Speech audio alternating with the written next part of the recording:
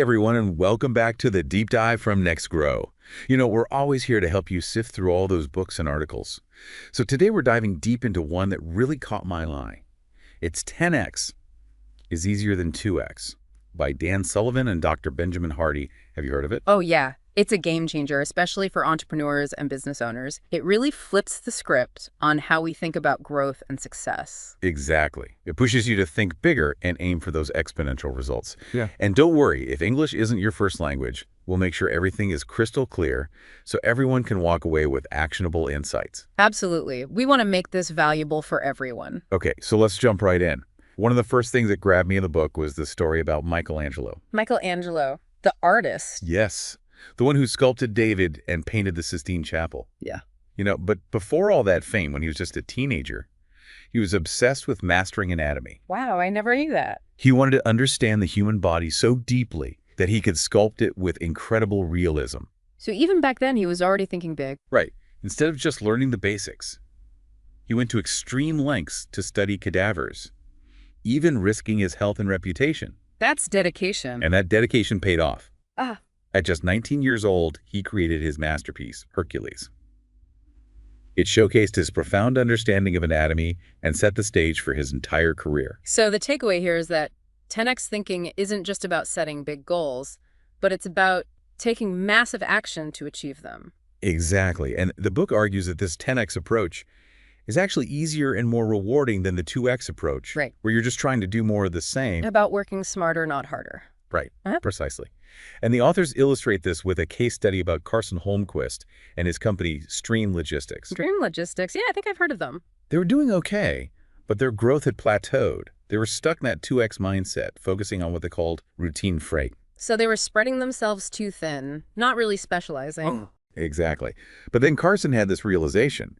He noticed that a small percentage of their clients, the ones who required high-stakes freight, were driving most of their profits. Interesting. So these high-stakes clients were more demanding, but also more profitable. Exactly. They needed specialized expertise and a higher level of service.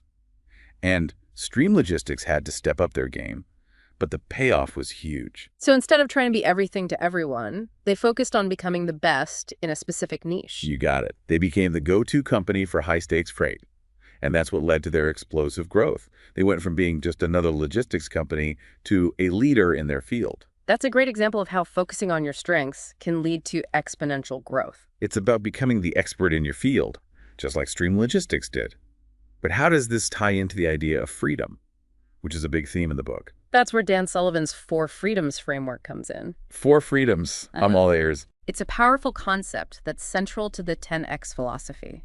The 4 freedoms are freedom of time, freedom of money, freedom of relationships, and freedom of purpose. So it's about achieving success that gives you freedom in all areas of your life. Exactly. And the authors connect this back to Michelangelo and Carson Holmquist. Michelangelo could command higher prices for his work and had the freedom to choose the projects he wanted.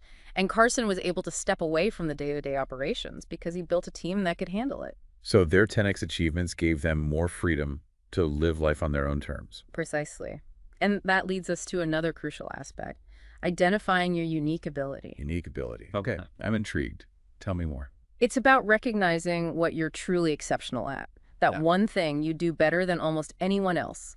The book argues that true mastery lies in becoming uniquely skilled. So it's about finding your superpower and really owning it. You got it. They use the example of pro skateboarder Paul Rodriguez, known as P-Rod. He was incredibly talented and had this unique style and vision. So he embraced his individuality. And that's what led to his success. Absolutely. He landed a signature shoe deal with Nike, the first skateboarder to ever do so. Wow, that's incredible. Yeah. So by being himself, he created his own path. Exactly. And that's what the book encourages us to do. Find that one thing you do best and build your business around it. So we've got 10x thinking, the 4 freedoms, and unique ability. It's amazing how these concepts all connect. What other gems are hidden in this book? Well, there's a fascinating discussion about wanting versus needing. Wanting versus needing. Okay, got my attention. The authors argue that living a life based on wanting is far more empowering than living a life based on needing. So instead of focusing on what you lack, you focus on what you desire. You got it. It's a powerful distinction. When you operate from needing, you're constantly chasing after things you feel you lack. creating a feeling of scarcity. That sounds exhausting. It is. But when you approach life from wanting, you're driven by desire and possibility. It's a much more joyful way to live. I'm starting to see how this mindset shift could be a game changer. But how do you actually make that shift? Well, one of the tools they offer is the concept of the gap in the gain.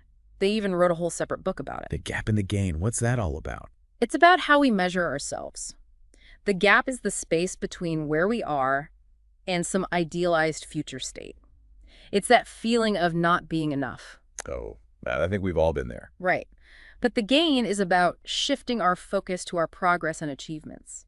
It's about measuring ourselves against where we were before, not against some external standard. So instead of focusing on how far we have to go, we focus on how far we've already come. Exactly. And the book argues that this shift can lead to greater gratitude, motivation, and confidence. That makes so much sense. But how do you train yourself to focus on the gain? One practical tip is to keep a gain journal. Every day, write down a few things you're grateful for and a few things you've accomplished. It's about consciously shifting our attention to the positive. Exactly. Okay, so we've covered 10x thinking, the four freedoms, unique ability, wanting versus needing, and the gap and the gain. It's amazing how these concepts all build on each other. What else should we cover?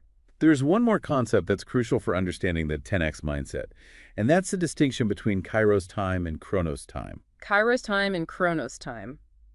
Okay, I'm gonna need you to break that down for me. Chronos time is what we typically think of as time, linear sequential measured in minutes and hours. Okay, so Chronos time is all about quantity. What about Kairos time? Kairos time is qualitative. It's about those moments of peak experience. When we're fully present and engaged, think about those breakthroughs and insights. They often occur in Kairos time. So Chronos is about quantity and Kairos is about quality. And the book suggests that we need to shift our focus to Kairos time to achieve 10x results. Exactly. It's about prioritizing those moments of peak experience Yeah. and creating the conditions for them to happen more often. I'm seeing how that ties into the 10x mindset. It's about focusing on those high-impact activities. Exactly. And the book provides some strategies for shifting to Kairos time. One is the entrepreneurial time system of free days, focus days, and buffer days. Okay, free days, focus days, and buffer days. I'm going to need a bit more explanation on that. Free days are essentially days off, where you unplug and recharge. Wait, you're telling me that taking time off can help me achieve more? It sounds counterintuitive, but it's true. When you give yourself permission to rest, you come back with renewed energy. Okay, I can see the logic there. Yep. What about focus days? Focus days are for deep work, those high-impact activities that drive growth. It's about carving out uninterrupted time to make real progress. So no distractions, no meetings, just pure focus. Exactly. And finally, we have buffer days. These are for catching up on admin tasks, planning, and preparing for your focus days. So free days for recovery, focus days for deep work, and buffer days for everything else. It sounds like a really structured approach to time management. It is, and it's designed to help you maximize your Kairos time and achieve those 10x results. This is brilliant. I'm already seeing how this could transform my productivity. But I have a question. How do you build a company that can actually support this kind of time system? That's a great question. And it leads us to the concept of building a self-managing company, which we'll dive into more deeply in the next part of our deep dive. Okay, I'm definitely looking forward to that. Let's maybe take a quick break and then come back and unpack this concept of a self-managing company and how it can help you achieve 10x growth. So we left off talking about self-managing companies, this idea that you can build a company that practically runs itself. Yeah, it sounds amazing in theory, but how do you actually make that happen? Where do you even begin? Well, the book uses the example of Tim Schmidt, the founder of the USCCA. He started out as a bit of a micromanager, trying to do everything himself. Oh yeah, I remember that story. Yeah. He wasn't really trusting his team at first. Right. But one of the first steps he took was to define the company's core pillars. He called them mental preparation, physical preparation, and legal protection. So he created a clear framework for everyone to follow. Exactly. And these pillars weren't random.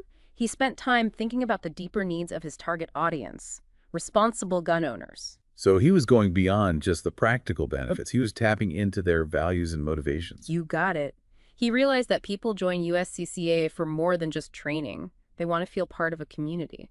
That sense of belonging is powerful. Yeah. Once he had that clarity, he could start building systems to support that vision. And that's where who's come in again.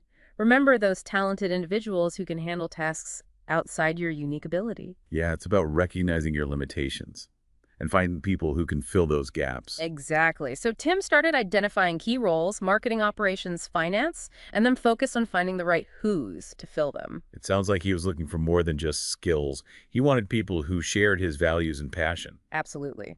Skills can be taught, but passion is harder to find, and he invested heavily in their training and development. He was empowering them to become leaders themselves. It's crucial for building a self-managing company. And as his team grew, Tim was able to step back from day-to-day operations. So he could focus on those high-impact activities, Yeah, the things only he could do. exactly. And that's how USCCA achieved explosive growth. But I'm curious about the leadership piece. How did Tim go from micromanager to inspirational leader? That's a great question. It's a big shift. It is. It's about transformational leadership, inspiring your team to go above and beyond. So it's less about giving orders and more about creating a culture of motivation. Precisely. And Tim realized he needed to become that kind of leader. He started by building trust with his team, being more transparent. Transparency is so important for building trust. Absolutely. He shared his vision openly and was honest about challenges. He also gave his team more autonomy and responsibility. He was shifting from control to empowerment. And it made all the difference. His team rose to the occasion, they took ownership, and he continued to invest in their development. So he created this culture of continuous learning. Exactly. That's key for a self-managing company. It's not just delegating, but empowering growth and decision-making. Okay, so we've got clear vision, strong systems, the right people, Yeah. and transformational leadership. What else is crucial? The authors emphasize ownership and accountability. When people feel invested, they're more likely to go the extra mile. It's about feeling like a partner, not just an employee. Exactly. Give them authority and hold them accountable. Set clear expectations and provide support. It's a balance between empowerment and guidance. Right. And celebrate wins. Recognize contributions. Make people feel valued and appreciated. It all comes back to creating a positive work environment. Absolutely. Clear vision, strong systems, the right people, transformational leadership, and a culture of ownership. That's the recipe for a self-managing company. It's like a perpetual motion machine for your business. But I'm sure it takes a lot of work to get there. It does. But the book provides a roadmap, and the rewards are worth it. So we talked about who's being crucial for a self-managing company. But the book goes deeper. It's about strategically leveraging those who's. Because we can't be experts in everything. Right, right. You need to recognize your limitations and leverage the strengths of others. Surround yourself with a network of talented who's. It's like building a dream team of experts. But finding the right who's can be tough. Any advice? Be crystal clear about what you're looking for. Define their skills, expertise, values, and work style. Like a detailed job description, but for collaborators. You got it. And build relationships. Network, attend events, connect with people you admire. It's about genuine relationships, not just transactions. Exactly. Then be clear about the value you bring and offer something valuable in return. So it's a win-win partnership. Precisely. But what if you can't afford a top-tier who? That's a valid concern, especially for those starting out. Get creative. Barter your services, offer equity. Think outside the box. So there are ways to make it work, even on a tight budget. Absolutely. But what if the who doesn't work out? It happens. Yep. Sometimes it's just not the right fit. Start small. Test the waters with a small project. See if you're compatible before committing to something big. Like a trial period for the relationship. Exactly. And if it's not working, don't be afraid to move on. It's about being strategic with your time and resources. You got it. So we've covered a lot about self-managing companies, but what about the 10X mindset in general? What are some key principles? I'm all ears. Focus on the long game. It's not about quick fixes. It's about building something sustainable and impactful. It's about playing the infinite game. Exactly. Approach life and business with a long-term vision. Embrace continuous growth and evolution. Like building a legacy, something that will outlast you. Right. And the book gives examples of entrepreneurs who've done this successfully, like James Clear, author of Atomic Habits. Oh, I love that book. Small Habits, Big Changes. Exactly. It's about those consistent, incremental improvements over time. Those tiny actions that compound into extraordinary results. You got it. James Clear spent years building his platform before publishing Atomic Habits, Patience, and Persistence. Trusting the process even when you don't see immediate results. And it's a great example of how the 10X mindset can lead to fulfillment, both personal and professional. I see the connection to unique ability. It seems like finding and honing that unique ability is key to playing the infinite game. Absolutely. When you're clear about your unique ability, you can focus on those activities that bring you joy and make a unique contribution. And that makes the journey sustainable. It's about aligning your passion, your skills, and the needs of the world. Precisely. And it attracts the right who's to support your mission. Mm. People are drawn to passion and purpose. Like building a movement, a community aligned with your vision. Exactly. And that leads to true exponential growth, both Mhm. personally and professionally.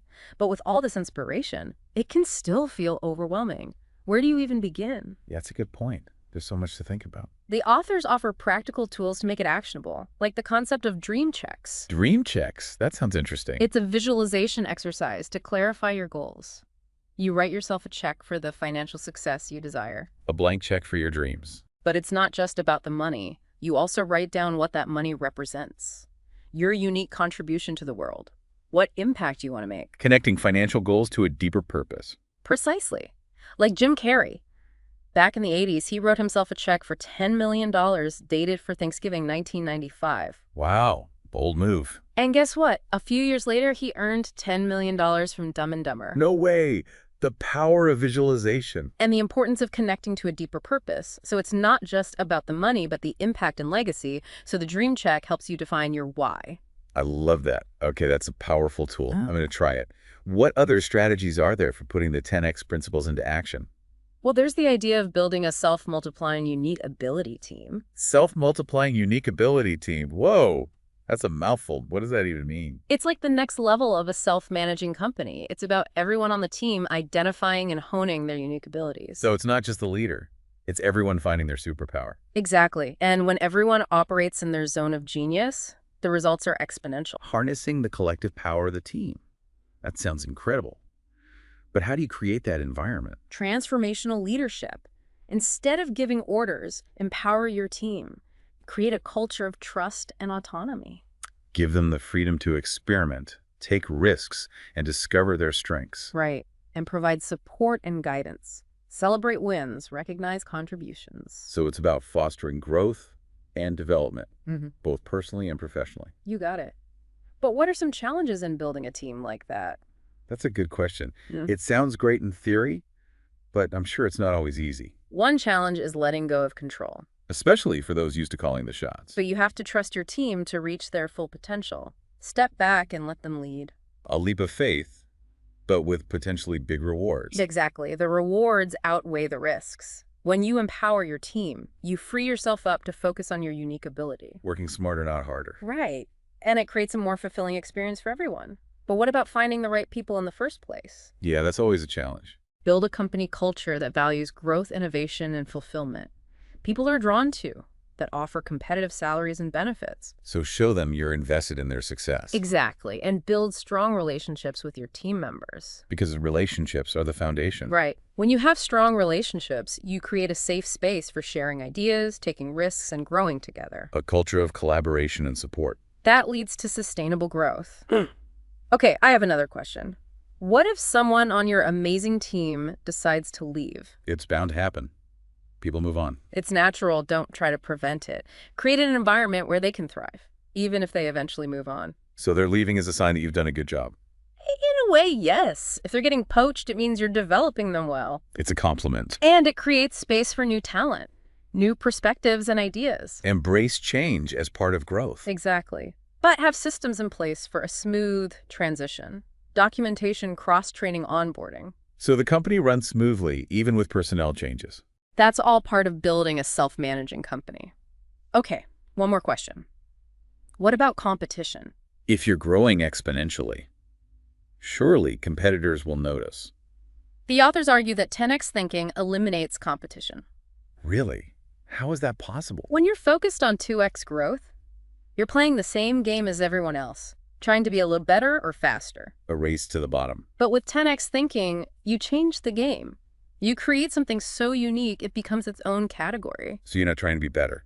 You're trying to be different. Exactly. Like Amazon Jeff Bezos wasn't just building another bookstore, he was creating a whole new way to shop. And that disrupted the entire industry. Embrace 10x thinking and find your blue ocean. Create something so valuable, it becomes its own category. Don't compete. Create a new game where you're the only player. Precisely. And that's where unique ability shines. When you focus on it, you naturally create something different. Because no one else has your unique blend of talents and experiences. You got it. Okay, last question. How do you deal with the fear that comes with 10x thinking? Those audacious goals and big risks. It's natural to feel fear. It is, but it doesn't have to hold you back. Reframe fear as excitement. Wait, how do you do that? They seem like opposites. Both are physiological responses. The difference is in our interpretation. It's all about mindset. Seeing it as an opportunity, not a threat. Focus on the positive outcomes. Visualize yourself succeeding. Use affirmations and positive self-talk. Be your own cheerleader. And surround yourself with supportive people. People who believe in you and your vision. It's all part of the 10x journey. Shift your mindset. Reframe fear. Visualize success. Build resilience and confidence. This has been an amazing deep dive. So many insights about the 10X mindset. It's a transformative book challenging us to think bigger and create a fulfilling life in business. I agree. Let's take a quick break and come back to wrap things up and share some final takeaways. All right, we're back for the final part of our deep dive into 10X is easier than 2X. I feel like we've covered so much ground already. What are your final thoughts? One thing that really struck me was this idea of continuous growth. The 10X journey isn't about reaching a finish line. It's about constantly pushing yourself and evolving. So it's about embracing the journey itself, Yeah. the constant striving for improvement. Exactly. There's always more to learn, more to achieve. The authors say this pursuit of growth leads to real fulfillment. It's about becoming the best version of yourself, making a real impact, not just chasing some arbitrary definition of success. Right, and they have this framework for thinking about growth. The 4 levels of entrepreneurship. 4 levels of entrepreneurship. Okay, tell me more. The first level is the solopreneur or micromanager stage. Most entrepreneurs start here, doing everything themselves, not really trusting others. Yeah, I can relate to that. In the beginning, you want to control everything, make sure it's done right. But it's not sustainable for 10x growth. You're limited by your own time and energy. So you need to evolve beyond that solopreneur mindset. Exactly. Become a true leader. Build a team to support your vision. Shift from doing to leading? Right. The second level is all about building a capable team. That brings us to the third level, building a self-managing company. The ultimate goal. A company that runs itself. It's an ongoing process, though. Refining systems, empowering your team, evolving your leadership. Constantly adapting and improving. And that leads to the fourth level, a self-multiplying, unique ability team. Where everyone finds their superpower. It's the ultimate expression of 10x growth, harnessing the collective genius of the team. Achieving remarkable results together, and creating a company culture where everyone thrives. Exactly. And that brings us to the idea of purpose and meaning. The why behind the what. The authors say a clear sense of purpose is essential for 10x growth.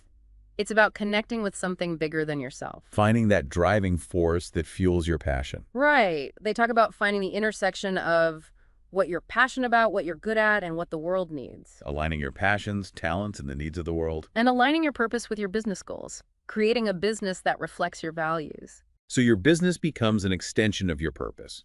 This has been an incredible exploration of 10x thinking. So inspiring. It really is. But how do you stay motivated on this journey? It's a long game with inevitable ups and downs. Celebrate your wins. It's easy to get caught up in the daily grind and forget to acknowledge our accomplishments. We're always focused on what's next. Take time to appreciate how far you've come.